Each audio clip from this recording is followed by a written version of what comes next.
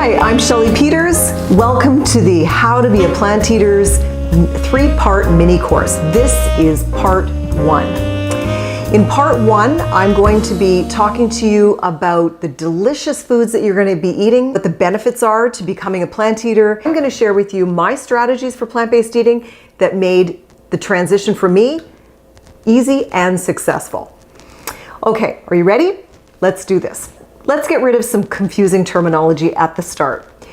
You've heard of either a vegan or a plant eater. Those are two names that some folks use who eat a plant-based diet. Let me tell you what they have in common.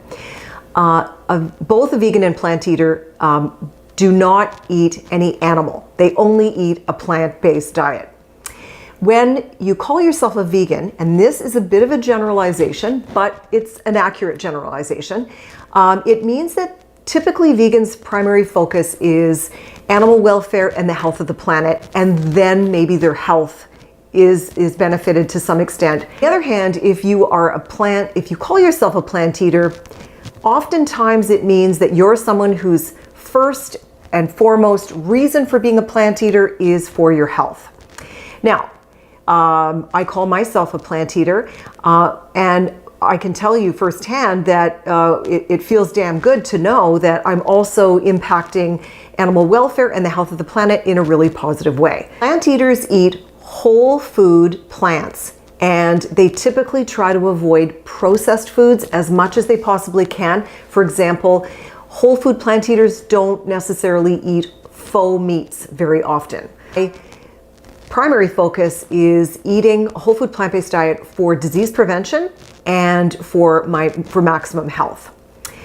So I hope I don't add confusion to this terminology discussion by telling you the truth. I actually call myself both a vegan and a plant eater, depending on the circumstances. When I'm in a restaurant, I will often just refer to myself as a vegan to the wait staff so that they know, because it's a universally understood term, that I don't want any meat or dairy. Use the whole food plant-based no added oil descriptor because that is really the gold standard for health. It's what I teach, it's what I live, and it's what I hope you will have for your ultimate goal, is so that you will be eating for maximum health. Plant eaters eat from 5 food groups: whole grains, oats, barley, brown rice, legumes. The second category, that's, kidney beans, lentils, chickpeas, black beans, those sorts of things. 3 is vegetables, 4 is fruit, and 5 is nuts and seeds. So those 5 categories.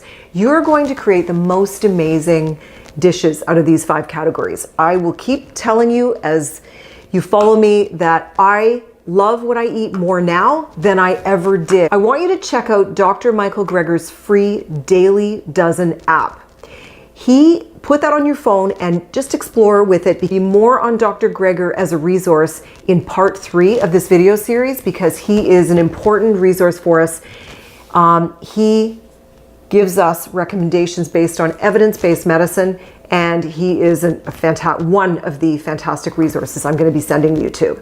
I want you to have a compelling why you're transitioning to a whole food plant-based diet.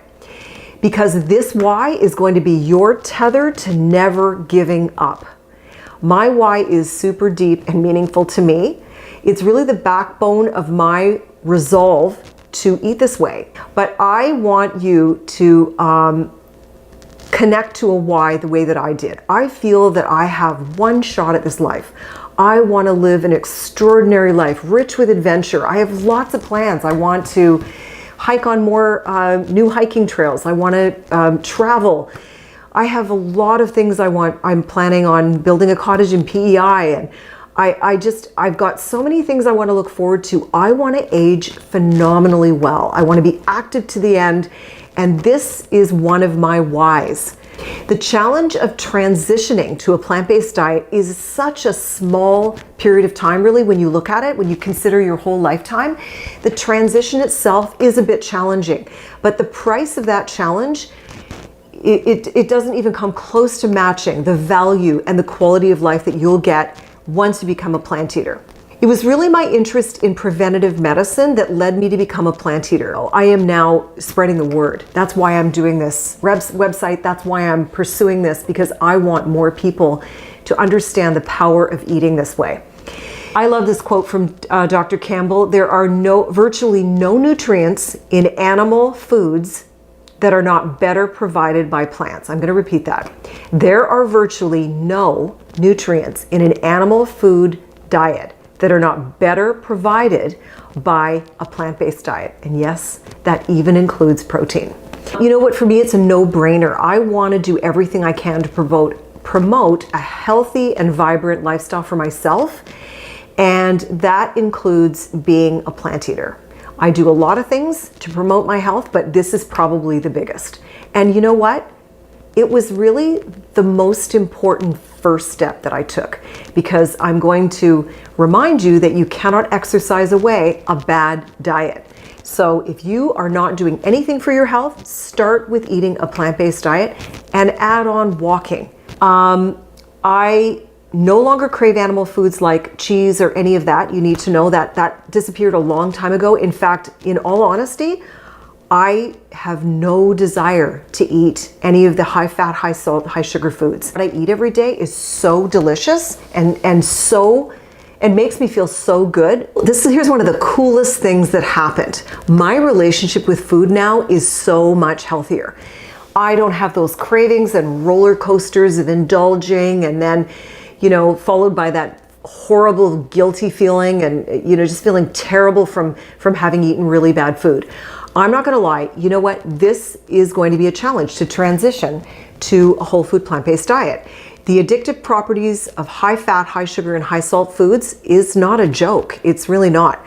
Our culture is one of fast food and sweet treats. Here's the good news. I've had a lifelong fascination with human psychology, especially human behavior and habits. And I want to share what I've learned. Here are 3 strategies for success that I've come up with just for you. Number 1, I want you to call yourself a plant eater. I don't want you to walk around telling people, oh, I'm trying to eat a plant-based diet. I'm trying to eat this vegan thing. No, I want you to call yourself a plant eater. It makes a big difference. Mentally, just saying, I'm a plant eater now. And you don't have to be perfect. The second strategy, I want you to start a daily journaling practice to support your transition to a plant eater.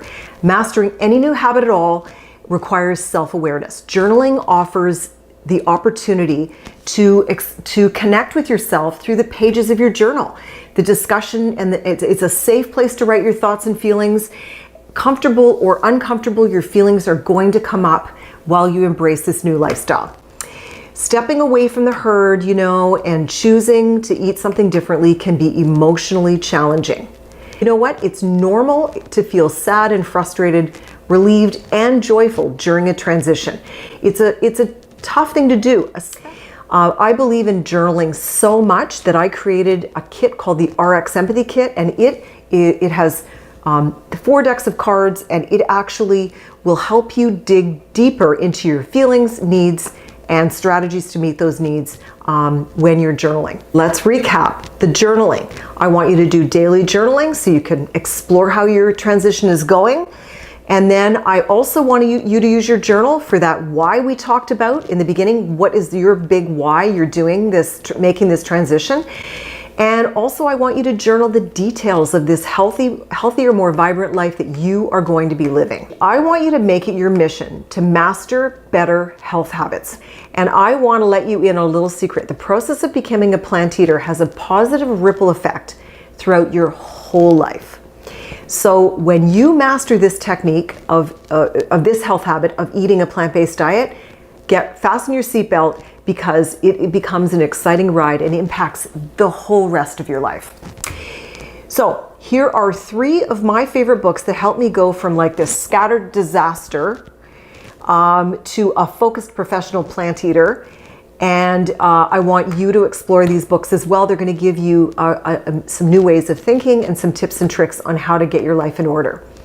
Number 1 book is Turning Pro by Steven Pressfield. It's outstanding, simple, tiny little book. Number 2 is an older classic called Getting Things Done by David Allen. It's an organizational system that you can run your whole life on. I've been doing it for years now, and it's life-changing. And then the third book is The Creative Habit by Twyla Tharp. And Twyla Tharp is, she's a famous choreographer in New York City. And she has this fairly new book on how she builds good habits and some tips and tricks that she has. And I definitely recommend that you explore those. I talk about those in some of my videos.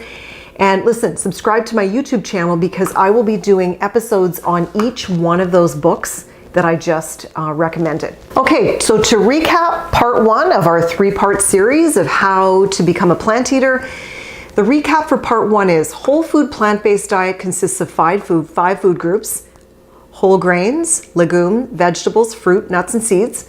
And you're gonna get the Daily Dozen app, so you've got a good reference right on your phone for that. I want you to commit to saying, I am a plant eater. Repeat after me. I am a plant eater. Very good. Now, I want you to delve into why you want to make this transition and get really, really clear on it, because it's going to be your tether to never giving up. I want you to start a daily journaling practice to explore your feelings and needs and to actually record your why and the details of the vision you have of this new, healthier life you're going to lead. So thank you for joining me. You have completed part 1 of the 3-part mini-series, and part 2 is going to be to give you concrete steps for success.